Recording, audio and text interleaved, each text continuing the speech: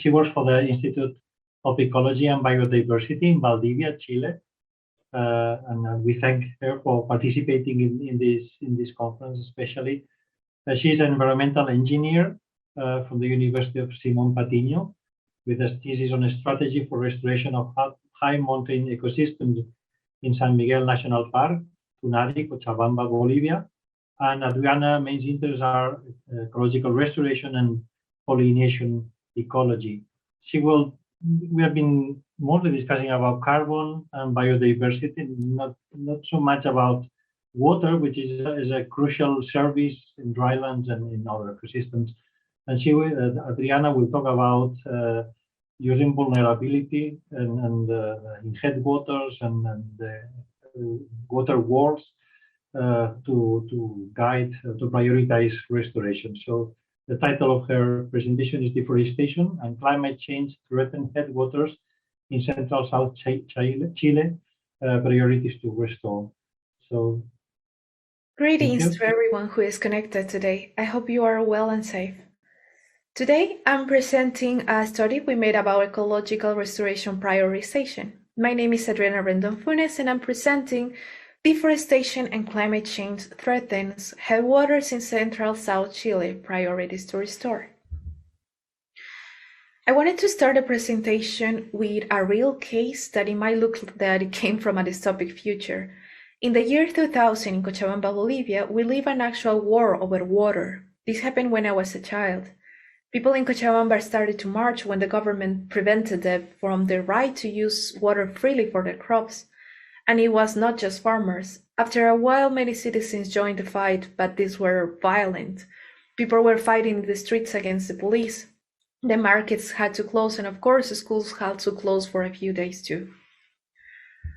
This is just to show a bit of how important can water be for people, but the UN can put it in numbers. 3 billion people lack access to drinking water that is really safe. 1/5 of the population lives in areas where water is physically scarce. And in 2012, 2.5 billion people did not have access to water sanitation facilities. This is data extracted from the World Water Development Report from the 2015. In this document, the UN points out the need to shift towards environmentally sustainable economic policies that also consider the interconnection of ecological systems to address human impacts and maintain the ecosystem services. Thinking in water provision as a service coming from an interconnected cycle, we decided to focus on the starting point of things, which are headwaters. These are places where the water starts to flow over the earth, and of course deforestation can result in the degradation of these catchment areas and reduce the amount of safe water available downstreams. So the goal was to determine vegetation cover around the headwaters in Chile and to prioritize whose of these are more urgent to restore in order to protect the provision of their ecosystem services. This is our study area. Here we can see that we have 3 main geographical areas, which are the coastal range down here. This has a mean elevation of 400 meters above the sea level, and the base is draining to the Pacific Ocean. It also has a high level of biodiversity. The Central Valley down here is widely anthropized since the 1800s. It's currently occupied by livestock, grasslands, urban areas, agriculture, and exotic forest plantations. This down here is the Andean range. It's higher than the coastal range. It has up to 3,400 meters above the sea level. And most of the native forests here are also within protected areas. So the first step was to take the public water cadastry, which shows us the river of all Chile, and to pin out all the beginnings and endings in order to pin out all the headwaters. Then we use photo interpretation to remove the headwaters that didn't make sense. For example, a headwater in the middle of the sea. After this job, we had 2,292 headwaters, and we made buffers of 0, 10, 30, 100, and 1,000 meters in order to see the current state of each headwaters and also its landscape. Then we estimated 12 parameters and indexes to characterize the vulnerability of each headwater and applied the formula below. The formula is actually pretty easy to understand. We scored each of the parameters from 1 to 3, being 3 the most vulnerable, and then we sum all of the scores of each parameter. Then we divided by 36, which is the maximum number possible. And therefore we obtain the vulnerability index of every headwater. The parameters used are the following. Some of these were already done by some other authors, and some of them were made by us using Google Earth Engine. I can explain in detail how we obtain all of these parameters due to the time, but you will be able to read it when we publish the article, which I hope it will be soon. Moreover, I would like you to attract the attention to the factors.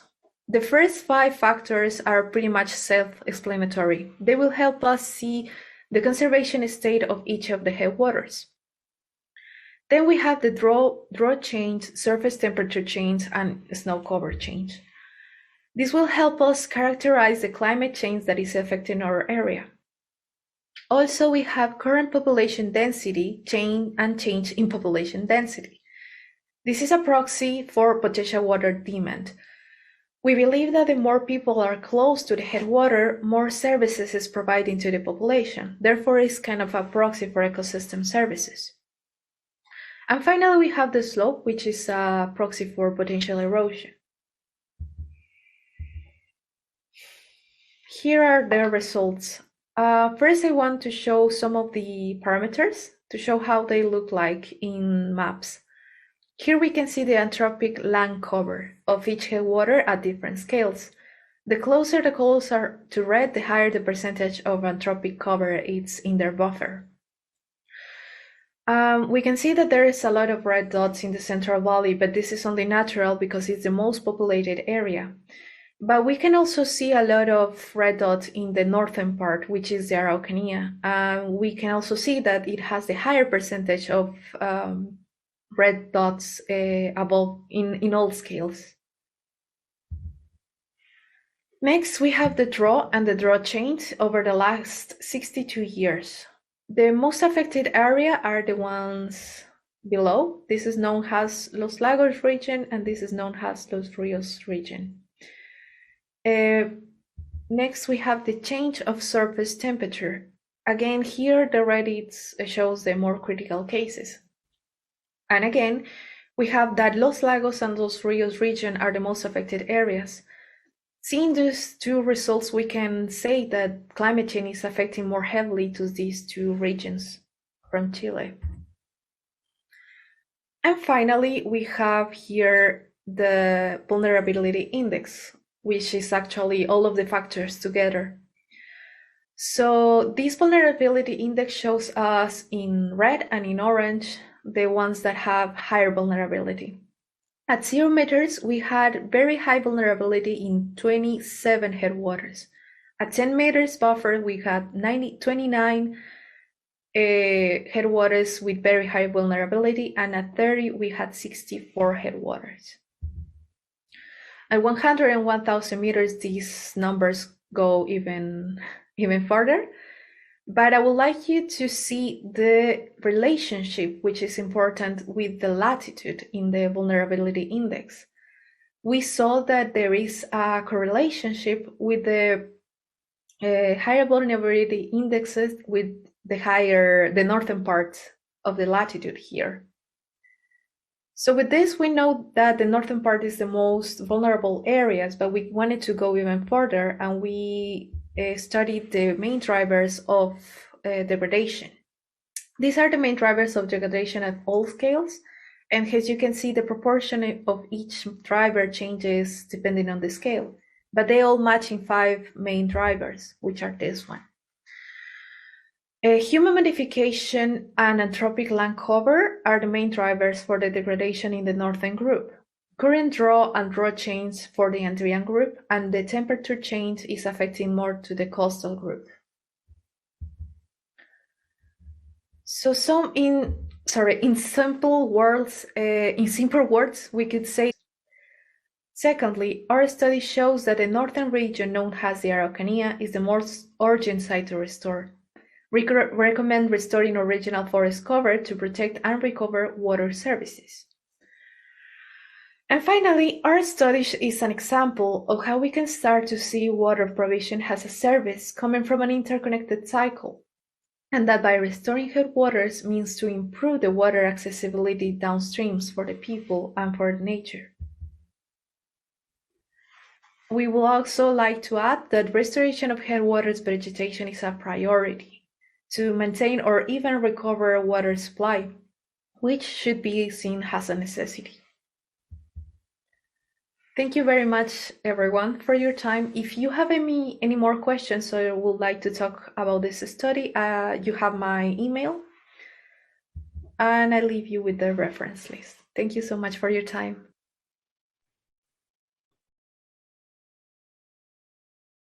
Thanks a lot, Adriana. You may want to switch on your camera now and microphone to respond to the questions.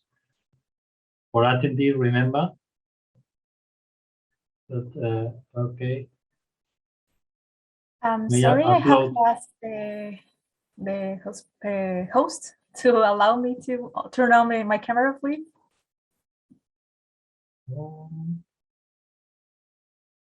Sandra, whoever's in the technical assistance. I'm not host. Elisa, are you host? Can you switch? Oh, I can't. No.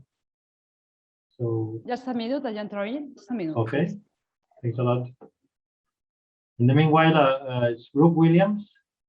She mentions great study. Have your results helped inform any regulatory mechanism? For example, reduce human pressure on certain areas? Well, our study hasn't been published yet, so this information hasn't reached the stakeholders.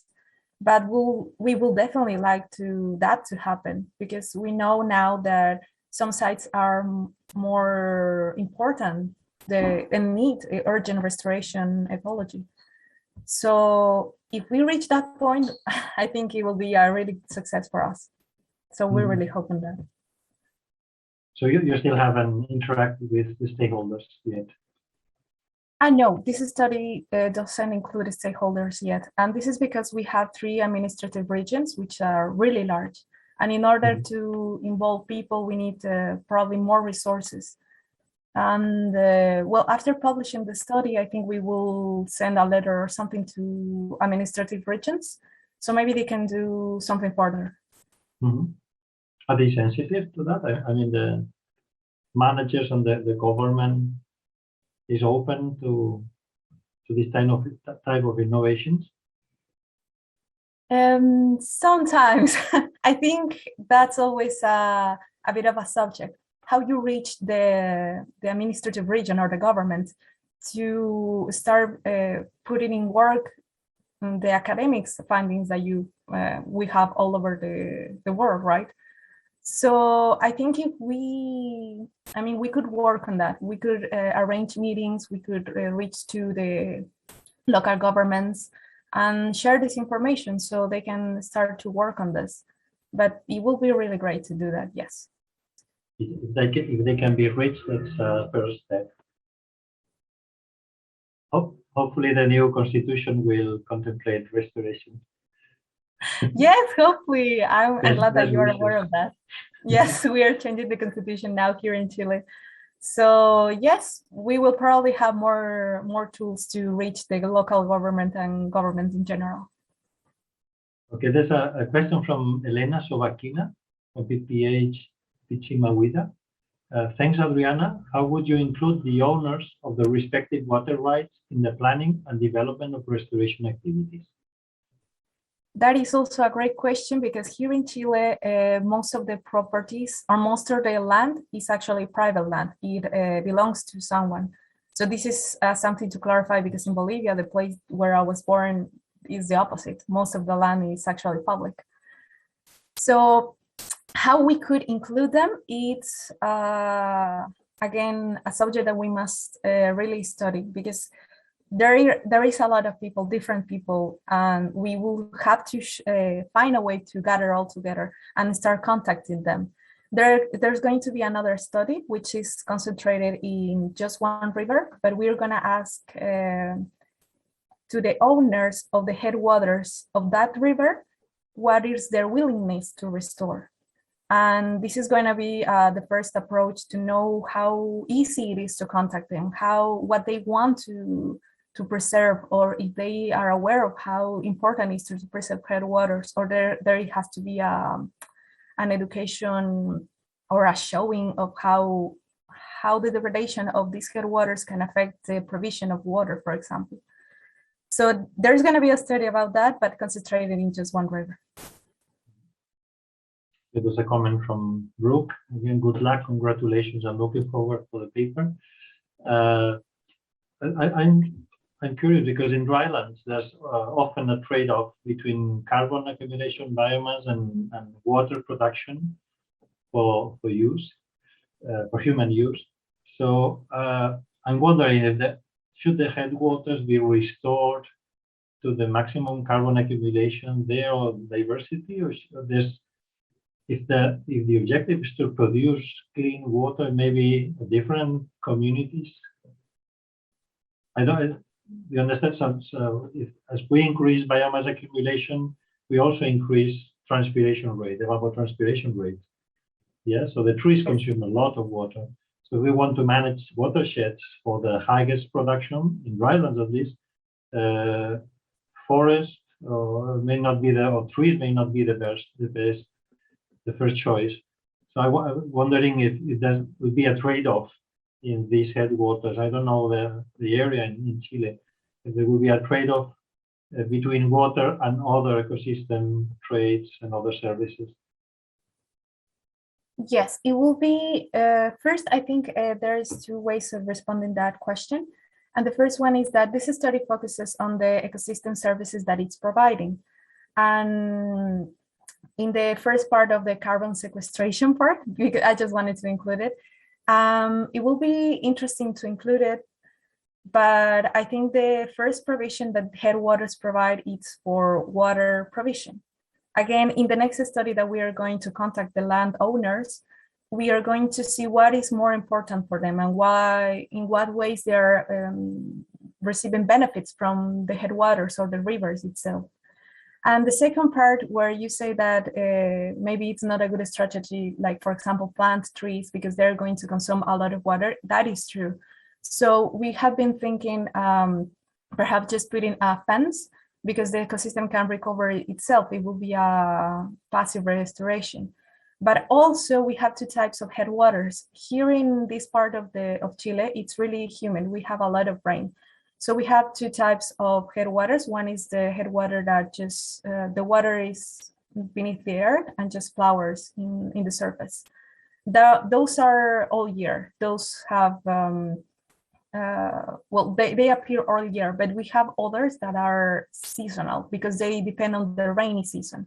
So they only appear on the rainy season. So perhaps with those, we could think of planting trees when the rainy season is up. We will have to study that part, but we're initially not thinking about planting trees per se. We are first thinking about protecting those places, and of course, to make a more specific and detailed strategy for restoring the headwaters. But thank you for the idea. It's really good to think about those details. Yeah, the trade-offs are sometimes complicated to deal with. Yeah, you have been working in Bolivia and also in Chile. How is data availability at this scale? Well, we have been working with Google Earth Engine, which is a great tool, but it's a great tool for big spaces, for large spaces, because you only have the satellites mostly have like 30 meters diameter. So that's a lot. So if you want to see the studies in a small area, like a small river, you will have to produce your own images or your own cover classification, for example. So for Google Engine, big scale is not a problem, but for a small scale, that's when you have to appeal to local researchers or perhaps local governments, like, for example, the military research